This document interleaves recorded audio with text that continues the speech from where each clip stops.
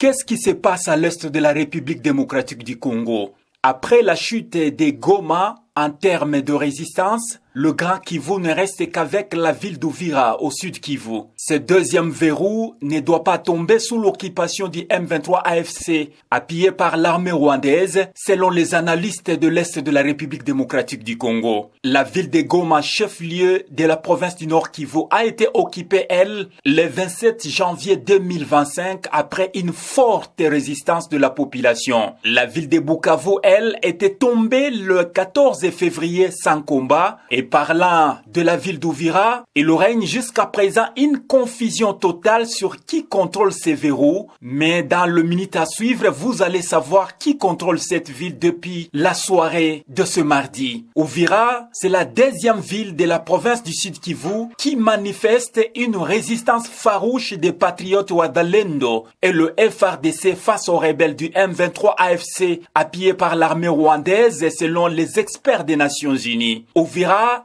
représente la deuxième ville de la résistance ou mieux le deuxième verrou du Grand Kivu et la RDC en général face à l'invasion de la République démocratique du Congo selon la notabilité de l'Est de la République. C'est presque tout le Grand Kivu qui est entre les mains du M23 AFC appuyé par l'armée rwandaise, excepté Uvira, Butembo, Beni et Kindu, chef-lieu de la province du Maniema. Pendant qu'à Kinshasa, la classe politique au pouvoir célèbre l'accord de paix de Washington signé par le président de la RDC Félix Tshisekedi et celui du Rwanda Paul Kagame, à l'est de la République démocratique du Congo, les massacres de civils perpétrés par le présumé ADF et alliés se poursuivent au Nord Kivu et à Ituri, deux provinces sous l'état de siège depuis plus de 4 ans. Le dernier cas en date, c'est celui de l'agglomération de Idou, en chefferie de Walese-Vonku, tout territoire de Irumu, dans la province de l'Ituri, le mardi 9 décembre, où 4 civils, dont un bébé,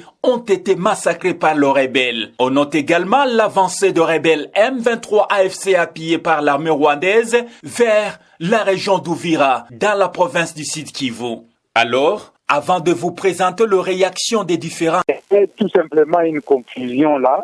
Il y a eu des détournements des armes lourdes, des bombes qui ont explosé à Uvira, suivi d'un mouvement de retrait des FARDC et qui a paniqué l'ensemble de la population.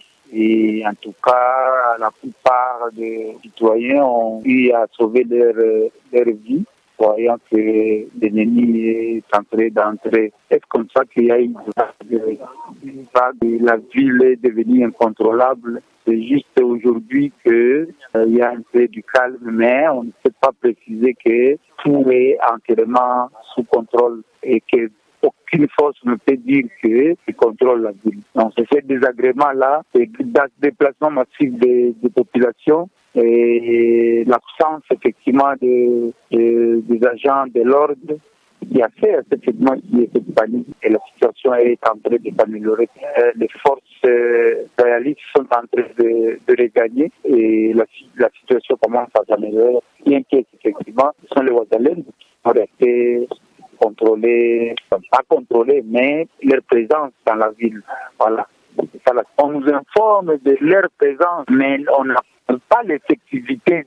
Donc, ils avancent avec effectivement des techniques de terreur, avec les drones, avec les bombardements. Et c'est ce qui déstabilise et la population et toutes les forces en présence. Bon, il fait le mouvement puisque l'ennemi est en train d'avancer vers le nord vers le sud. Alors, la population n'a que 2 temps, soit avancer vers le nord, venir vers la capitale voisine, donc chez nos voisins le Burundi. Une grande partie, est vers le Burundi voisin, plus proche. Tandis qu'il y a une autre partie avec l'armée et le reste des forces vers le sud. La situation est calme. Il y a les Wazalendo qui sont présents, qui sont en train de remettre l'ordre de leur façon, mais ils n'ont pas un commandement. Uvira n'est pas tombé contrairement à tout ce qui se passe dans les réseaux sociaux. Non, Ouvira n'est pas tombé. Non, il n'y a pas de pillage. Des cas isolés, comme je ne cesse de le dire, dans les forces armées, il y a des vrais, il y a des faux. Dans les Ouazalendo, il y a les vrais et les faux. Et dans les citoyens aussi, il y a les vrais et les faux. Donc, ce sont les faux. Quand vous attendez que tel a fait, et des fois on accuse toute l'armée, et pourtant ce sont les faux qui font effectivement noircir toute l'armée. Pareil aussi aux Ouazalendo, quand il y a quelques brebis galeuses, on dit les Ouazalendo, on généralise sans pour autant que ce soit comme ce que nous vivons ici. Parmi les gens qui aident effectivement l'ennemi à pouvoir avancer, il y a des collabos internes. Et ces collabos internes sont de mauvais citoyens. Donc, tout le monde n'est pas mauvais. Voilà la situation en général. Mais il n'y a pas de pillage comme on peut l'attendre. Non. Il y a certains vols, il y a certains éléments qui sont là avec les armes pour faire du bal, arracher les gens, leur téléphone. Bonjour. Contrairement à ce qui se disait aussi, bien que Léa Soboui, je vais vous dire ce qui se passe à Uvira. Moi, je suis sur place. Ça y est, comme mon centre, mon imam, quand il va tout voter, on a fait un meeting, parler. Mais il n'y a personne, aucun M23 mwenye naona, hakuna. Nishatembea, niko tembea sasa barabara, mais hakuna. Il n'y a aucun élément d'un M23 signalé ça y Uvira. Na FARDC atuoni, na M23 atuoni. Par ailleurs, le porte-parole du gouvernement de la RDC, Patrick Mouyaya, a dit que son gouvernement est en train de suivre l'évolution de la situation sur terrain, affirmant que le Rwanda viole impunément l'accord qu'ils avaient signé à Washington sous l'œil de Trump, le président des États-Unis d'Amérique. De leur côté, le M23 estime que leurs offensives vers Uvira visent à pousser la RDC de rentrer à la table des négociations au Qatar, à Doha. Par ailleurs, les gouvernements des États-Unis d'Amérique, de la Belgique, du Danemark, de l'Union européenne, de la France, de l'Allemagne, de Pays-Bas, de la Suède, de la Suisse et du Royaume-Uni, membres du groupe des contacts internationaux pour la région des Grands Lacs, présidé par l'Allemagne, ont publié la déclaration suivante concernant l'escalade alarmante au Sud Kivu dans la partie orientale de la République démocratique du Congo. Les GCI exprime sa profonde préoccupation face à la reprise des violences dans l'est de la République démocratique du Congo et à la nouvelle offensive du mouvement du 23 mars M23 soutenu par le Rwanda autour d'Uvira dans la province du Sud Kivu, près du Burundi, qui risque de déstabiliser toute la région.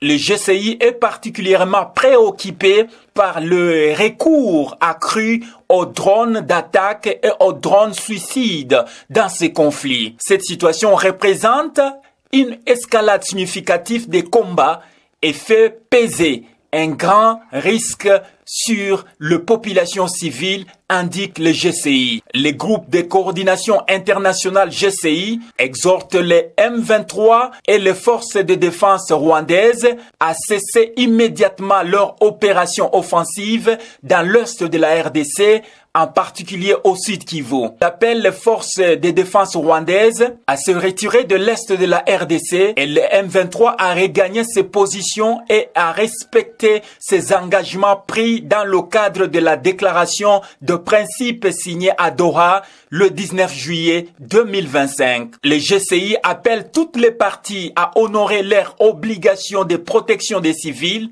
à se conformer à la résolution 2773 du Conseil de sécurité des Nations Unies, notamment au plein respect de l'intégrité territoriale, à respecter leurs engagements au titre des accords de Washington du 4 décembre 2025 et à désamorcer immédiatement la situation. Nous exhortons toutes les parties à éviter toute escalade, qu'il s'agisse de propos ou d'actions provocatrices qui mettent gravement en danger les populations civiles et risque de compromettre irrémédiablement le progrès significatif accompli grâce à l'accord cadre signé à Doha le 15 novembre 2025 par le gouvernement de la RDC et le M23. Les groupes de coordination des interventions GCI appellent par ailleurs tous les acteurs concernés à réaffirmer. En dernière nouvelle, les habitants confirment la présence du mouvement M23 AFC appuyé par l'armée rwandaise vers Kavimvira. La mi-journée, il y a eu d'ailleurs affrontement vers Mulongwe, non loin de la morgue de l'hôpital général, et la présence du M23 AFC et l'armée rwandaise était également signalée à Chichi 1 sur avenue Bralima, parmi lesquels certains jeunes recrutés dans les localités contrôlées par le M23 AFC appuyé par l'armée rwandaise, notamment Kamanyola et environ.